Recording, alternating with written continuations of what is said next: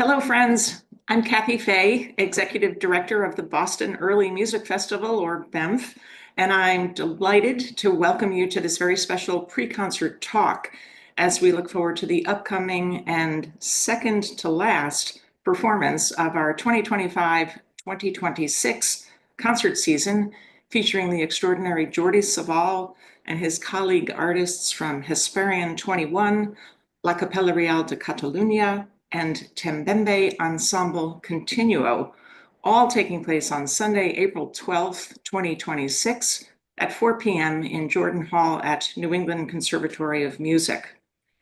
Since our very first concert series, the Boston Early Music Festival has proudly presented the incomparable Catalan viola da gambist Jordi Savall, both as a soloist and in collaboration with his many legendary ensembles. Mr. Savall is regarded as one of the most inspiring early music performers in the field, admired around the world for his integrity, for his immense musical curiosity, and for his creation of countless new musical and cultural projects, which have shined a light on repertoire that would have otherwise remained lost to us. The upcoming program, entitled Songs, Battles, and Dances from the Old and New World, demonstrates to us how music served as a tool of faith, resistance, and survival through 7 centuries of global transformation, from 1100 to 1780. I'm also delighted to introduce and welcome Professor Claire Fontijn, who will share some reflections about the upcoming concert by Jordi Savall and friends. Professor Fontijn, who serves as the Phyllis Henderson Carey Professor of Music at Wellesley College here in Wellesley, Massachusetts, teaches and researches the work of women composers across a wide music historical spectrum, ranging from the Middle Ages to the Baroque to the Romantic. She is an accomplished author and a highly respected musicologist. Claire also serves as a member of the corporation of the Boston Early Music Festival. And Claire, we are so honored to welcome you and thank you for offering some insights about this fascinating program. Before I turn the microphone over to Claire, for those wishing to attend our Sunday afternoon, April 12th performance by Jordi Savall and friends, tickets are still available, limited, but still available. They are purchasable online at bemf.org or by calling the BEMF office, 617-661-1812. For those unable to attend our in-person performance on Sunday, April 12th, virtual tickets are on sale as well. Our virtual presentation premieres on Sunday, April 26th, and will be available for a 2-week period from Sunday, April 26th through Sunday, May 10th. Finally, my heartfelt thanks to Andrew Siegel for his leadership support of our upcoming concert by Jordi Savall and friends. All of us at BEMF are so grateful to Andrew and to our many friends around the world who attend and support our in-person and virtual performances. If you'd like to learn more about how to support our concerts, again, please visit the website at bemf.org.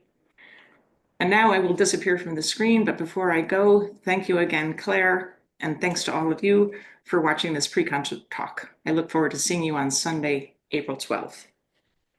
Thank you, Kathy. It is my pleasure to offer some reflections on the April 12th concert of Hespèrion XXI, La Capella Reial de Catalunya, and the Tembembe Ensamble Continuo, all under the direction of the extraordinary musician Jordi Savall. In addition to bringing his primary instrument, the viola da gamba, to new heights, he has gathered great musicians from around the world alongside him to perform in his consummate musical projects. The career of Maestro Savall spans many decades, most obviously with the name of his core ensemble, in the 20th century named Hespèrion XX, and nowadays Hespèrion XXI. Jordi Savall's programs have become musical staples for the Boston Early Music Festival concert series, and the Boston audience is one of his favorites. For this spring's tour of the United States and Canada, our city represents an obligatory stop, which also includes Athens, Georgia, Worcester, Massachusetts, Hanover, New Hampshire, New York City, St. Paul, Minnesota, Montreal, Quebec, and Berkeley, California. This global endeavor brings together an international cast from Canada, Guadeloupe, Mexico, Spain, and a variety of other European countries. Sunday's program, Songs, Battles, and Dances from the Old and New Worlds, 1100 to 1780, is well balanced, 2 parts of 45 minutes each, divided by an intermission. If you are already a Savall fan, you may recognize your favorite pieces on this program, many of which can be heard on his admirably voluminous discography. The program opens with a set that establishes the foundations of the Old World and its desire for peace. A medieval troubadour song by Marcabrun, the final Agnus Dei of a Renaissance mass setting by Josquin, a blessing of the Seder Matzah from the Sephardic tradition, and a Renaissance drinking song from the famous Spanish manuscript housed in Madrid, the Cancionero Musical de Palacio. One of Savall's greatest recent contributions to musicology is his 2-CD set of The Roots of Slavery, in which he traces the music associated with this terrifying chapter in human history from the 15th century through the 19th.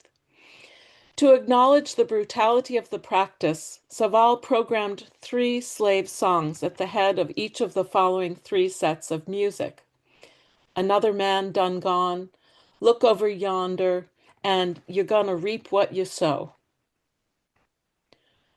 The first of these 3 sets deals with battle. Attegnon's Pavan is called La Guerre, while Parabosco's Richercar asks for peace from a fighting god. Spaniard Mateo Flecha's wonderful Ensaladilla offers a mixed salad in which a solemn invocation to Saint Sabella is followed by a lively romp, Gugurumbe in Blackspeak, to get to Bethlehem to see the Christ child. The last piece of the set is a gurumbe that encapsulates a colonizer's viewpoint as it pictures slaves at work harvesting sugar cane. How are we to understand such testimonies now in our time of critical race theory? In my global music history class at Wellesley College, we have pondered such questions, and the subject remains most problematic. Savall includes such music historical texts to confront our controversial past, to help us to move forward into the future in a more enlightened way. An instrumental number by Heredia opens the last set before the intermission, followed by one of the most haunting of all pieces from the English Renaissance, Alfonso Ferrabosco's 4-note pavan for voice and viols that calls for help. Hear me, O God.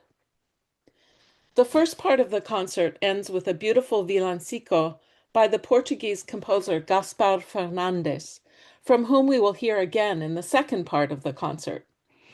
Working among the Nahua people of Puebla, Mexico, Fernandes incorporated their language, Nahuatl, into his texts. The villancico, Tle Cantimo Choquilia, offers a joyful celebration with its iambic rhythms in the percussion, guitars, and voices. Following intermission, 2 sets comprise the second part of the program. Salomone Rossi's poignant setting in Hebrew of Psalm 137 is followed by an instrumental number. Fernandes' Xicochi Conencintle offers another joyous villancico in the Nahuatl language. The evocation of a Mexican soundscape continues with a guaracha from the 17th century composer Juan Garcia de Céspedes, who started out as a boy singer at the Puebla Cathedral and became the first Mexican composer and player of the viola da gamba. His Ay que me abrazo, ay, combines with the traditional Mexican son, folk music that is to be played, danced, and sung, which will happen on stage. To end the program, the final set begins with a prayer in the Bantu language spoken in South Africa and Zimbabwe, Izi Hosa. It deals with Christ's crucifixion. The last piece from the Old World is an instrumental number, Christopher Tye's Cry. From there follow musical compositions from Peru in the Mochica language, all culminating in the last piece for the entire cast in song, instrument, and dance in honor of the Virgin Mary. The main message is the mystery of the divine. Quote, "No human understanding today can sing your glories, and so suffice it to say that you are the Mother of God," unquote. This grand celebration can best be summarized by the words of Maestro Jordi Savall himself. Quote, "It is a dialogue that will never grow stale, thanks to the improvisational and expressive talent, together with the music, discipline, and imagination of all the musicians from the old and new worlds who believe in the power of music, give it life, and continue to use that music, which, thanks to its beauty, emotion, and spiritual dimension, constitutes one of the most essential languages known to humanity." Thank you for listening.